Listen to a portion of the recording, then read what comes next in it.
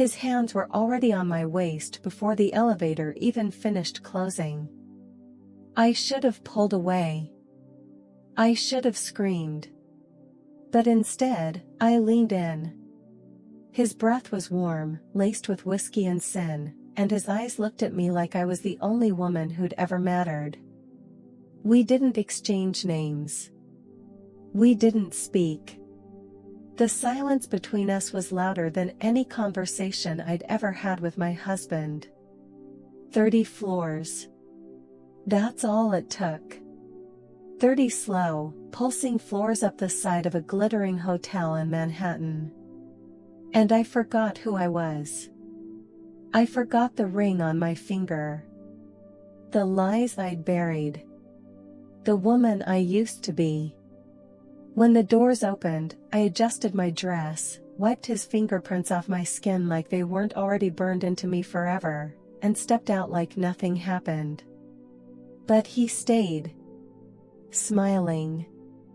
Watching me walk away like he knew something I didn't. I told myself it was just a moment. A mistake. One night of weakness I could lock away and forget. That was 6 months ago. And now, he's sitting across from my husband at dinner, calling him old friend, acting like he doesn't remember the feel of my thighs under his hands.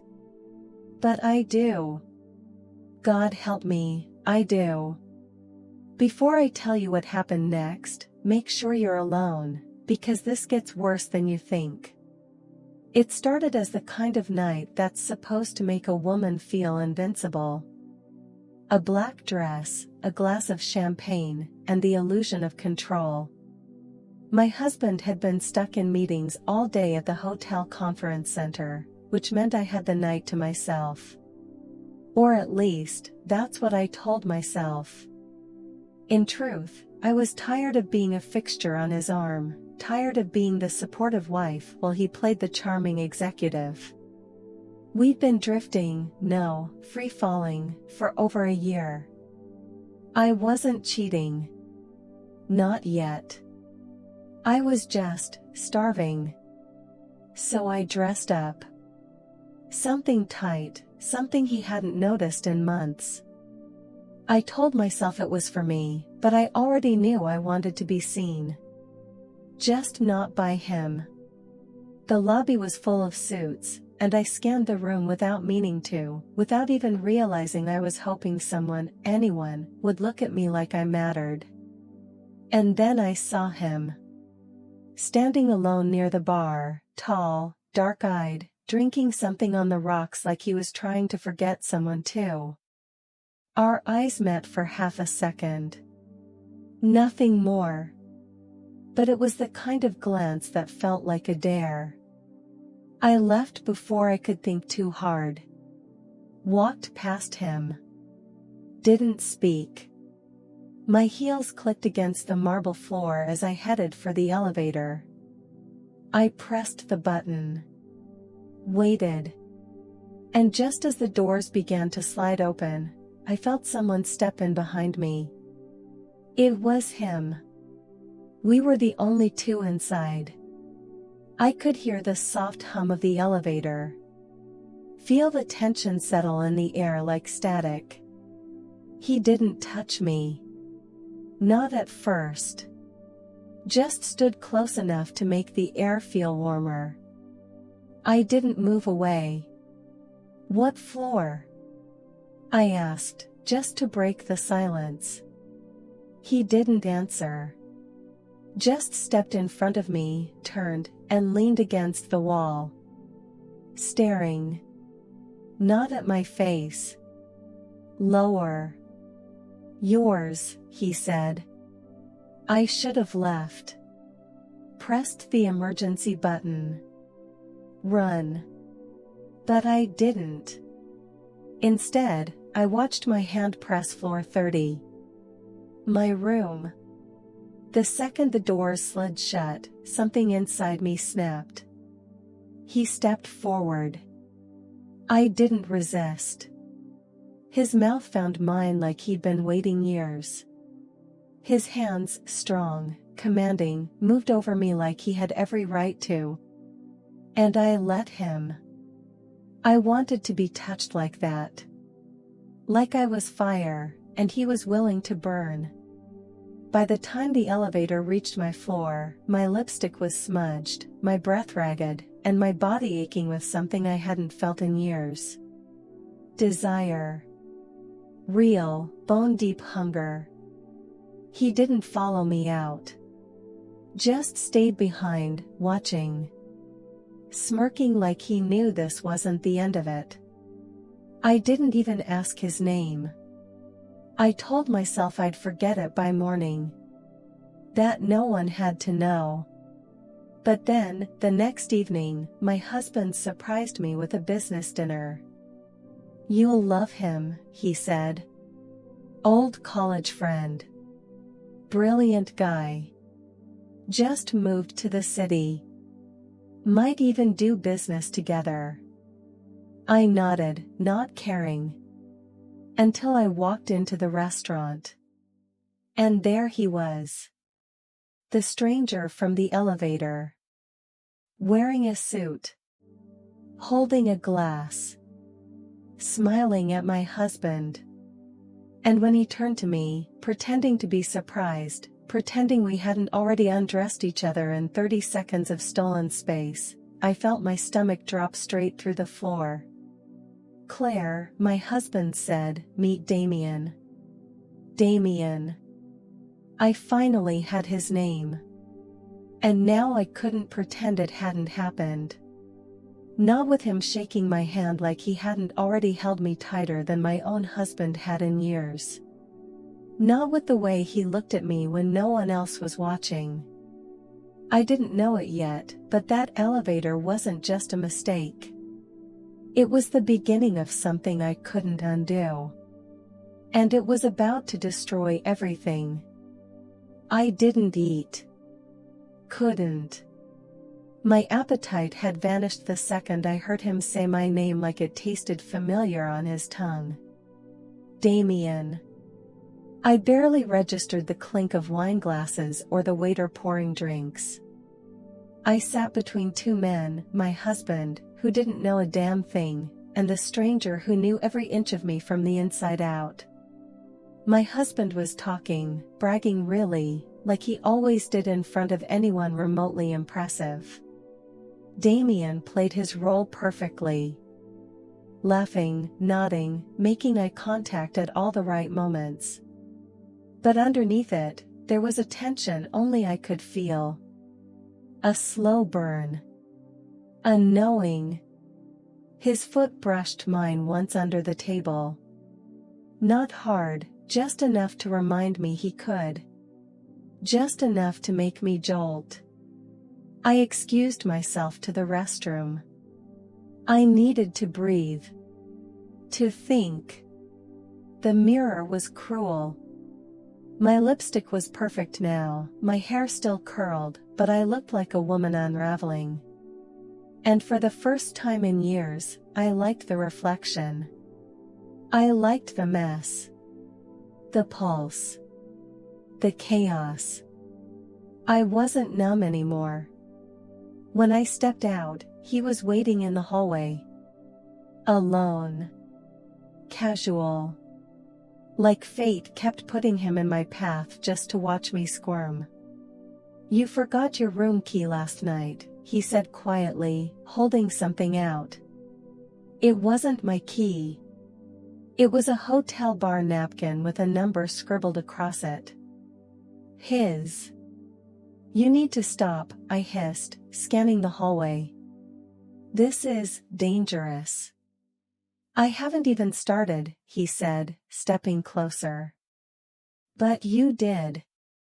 The second you opened your mouth in that elevator." His eyes held mine until I looked away. I could still feel the imprint of his touch on my hips, like a bruise that hadn't faded. I told myself I hated him. Told myself this was just lust. Temporary. But it didn't explain the way my heart raced when he walked back into the restaurant with me, sliding smoothly into his seat like he hadn't just threatened to set my life on fire. The rest of dinner was a blur. My husband went on about business projections, wine varietals, some merger I couldn't care less about. Damien asked questions. He was charming, engaged, and every time he looked at me, it was like he was undressing me all over again. When the check came, my husband insisted on paying. Damien didn't argue. Just leaned back and smiled at me like the whole night had gone exactly how he planned. And maybe it had. Outside, we stood under the glow of the hotel entrance. My husband offered Damien a ride, but he declined, saying he'd walk. I should have gone home. I should have gotten in the car and pretended this dinner never happened. But I didn't. Instead, I watched Damien walk away, hands in his pockets, silhouette disappearing into the night.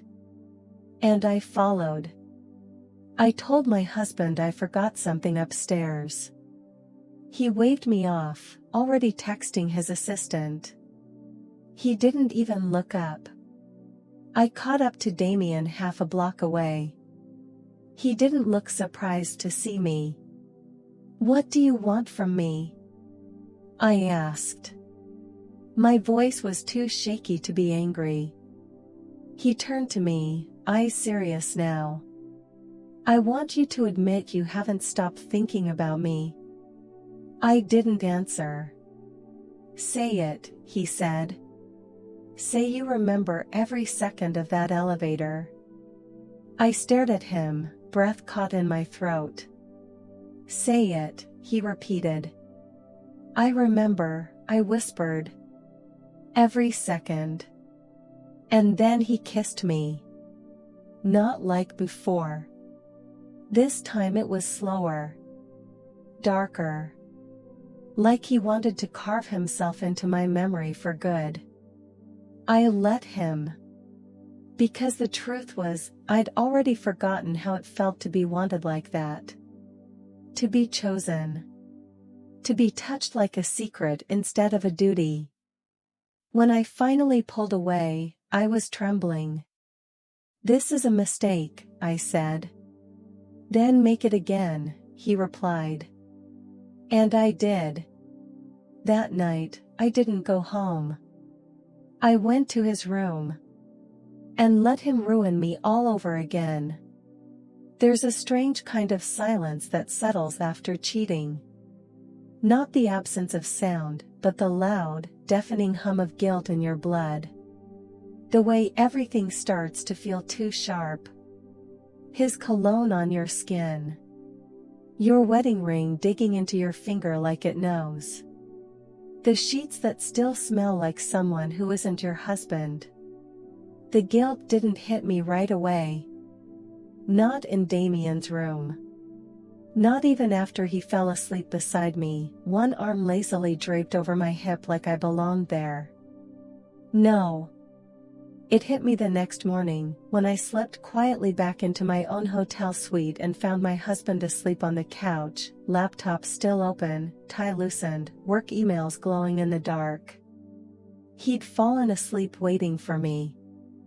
Like an idiot. Like a man who trusted his wife. I stood there in the doorway, wearing another man's shirt under my coat, and for a second I thought I might vomit. But I didn't. I just walked past him, into the bathroom, locked the door, and stared at myself again. The same woman. The same face. But something had shifted. I wasn't the broken wife anymore. I was someone else now. Someone who made decisions in elevators. Someone who made messes on purpose. That morning, I deleted Damien's number. Told myself it was over. But it wasn't. He showed up 2 days later. At our house. Like he knew exactly how to keep me off balance. I was in the neighborhood, he said casually, handing my husband a bottle of wine. Thought I'd stop by. I froze on the stairs, heart slamming in my chest. My husband beamed. Claire! Look who dropped in. I smiled. Pretended. Again. Damien looked at me with eyes that burned through every layer of my costume. I didn't know you two were so close, I said, forcing my voice to sound steady. We weren't, Damien replied smoothly. But we're getting there. He stayed for dinner. Sat across from me. Ate like he didn't remember the way I moaned his name into his mattress. Touched my husband's shoulder when they left. Complimented my cooking. It was psychological warfare. And I was losing. Later that night, after he left, my husband poured himself a drink and said, "He's intense, huh? Smart guy, though. Think we'll work together on that new property project. Might need to have him over again next week." I nodded. Said nothing. Because if I opened my mouth, I'd scream. The next time I saw Damien was at the office party. He'd been hired on as a consultant, my husband's idea. Said it would streamline everything. I wanted to die. He cornered me near the hallway, away from the music and the chatter. "Miss me?" he asked, eyes daring me. "Why are you doing this?" I whispered. "Because you let me." His hand brushed mine. That was all it took. Electricity. "Please," I said. "If you care at all, stay away." "I don't stay away from things I want," he said. "And you don't either." That night, I didn't go home again. We ended up in his car, parked behind the office building, my blouse half unbuttoned, his hands everywhere. It was filthy. Desperate. Wrong. And I'd never felt more alive. But something happened afterward. Something subtle. He didn't kiss me goodbye. Didn't text for days. And I started to spiral. I watched my phone like an addict. Couldn't sleep. Couldn't eat. I told myself I didn't care. But I was unraveling. I'd started something I couldn't stop, and now I was chasing him like a drug I couldn't afford to lose. Then one afternoon, my husband came home early. His face was pale. Quiet. Off. "We need to talk," he said. I felt my blood freeze. "About what?" I asked. He stared at me for a long, terrifying moment. "About Damien," he said. And I knew. I knew my world was about to cave in. I wanted to disappear. Crawl out of my skin and into a new life. One where I hadn't made the worst mistake of my marriage in a glass box 30 stories above Manhattan. But I couldn't. Because now my husband was standing in front of me, his hands shaking slightly, like he was holding back a hurricane. "What about Damien?" I asked, trying to sound confused. Innocent. He blinked hard. "You really gonna do that? Play dumb?" I didn't answer. Couldn't. Tears burned in my eyes, but I didn't cry. Not yet. "I was going to tell you," I whispered. "When?" he snapped. "When it blew up in your face. When he got bored." He was right. I'd let it go too far. I'd let Damien in too deep. But the worst part wasn't even the betrayal. It was the truth. I didn't regret the affair. I regretted how much I needed it. I didn't plan it, I said quietly. I didn't mean to. He laughed bitterly. That's the thing, Claire. You didn't not mean to either. He walked out that night. Took his keys, his overnight bag, and the last bit of dignity I had left. I didn't chase him. Instead, I picked up my phone and called the only other person who might understand what was happening inside me. Damien. He answered on the second ring. My husband knows, I said. He was silent.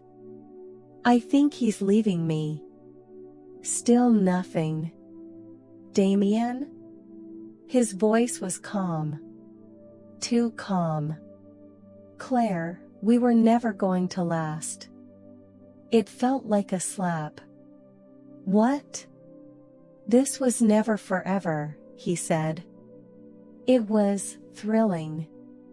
Needed. But I'm not your rescue. I'm not your future. My knees buckled, and I slid to the floor. You said you wanted me. I wanted you in that elevator, he said.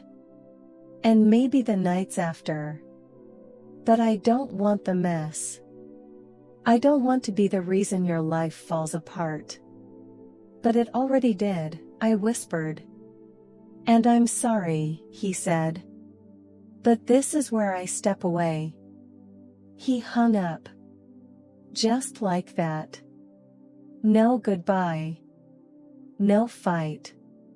Just silence. For the first time, I realized what I'd really done. I hadn't just betrayed my husband. I'd broken myself into pieces chasing someone who was never mine to keep. Damien had been a fantasy. An escape. A mirror for the version of myself I wanted to feel, wild, wanted, alive. But he was never going to hold me through the fallout. I sat on the cold tile for hours. My phone ringing with messages I didn't check. The next day, my husband came home. He didn't speak. Just packed a second bag. We didn't fight. We didn't cry. We'd already lost each other long before Damien showed up. He was just the match that lit the gasoline. 3 weeks later, the divorce papers came. No note.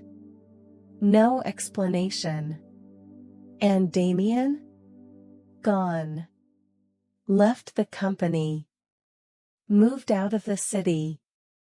Like he'd never existed. But I still remember him. His hands. His mouth. The way he looked at me like I was fire. I remember how it felt to be seen. Even if it wrecked everything. Even if he never looked back. I slept with a stranger in an elevator once. And I still can't forget his touch. Not because it was love. But because it reminded me I was still alive. Even if it cost me everything else.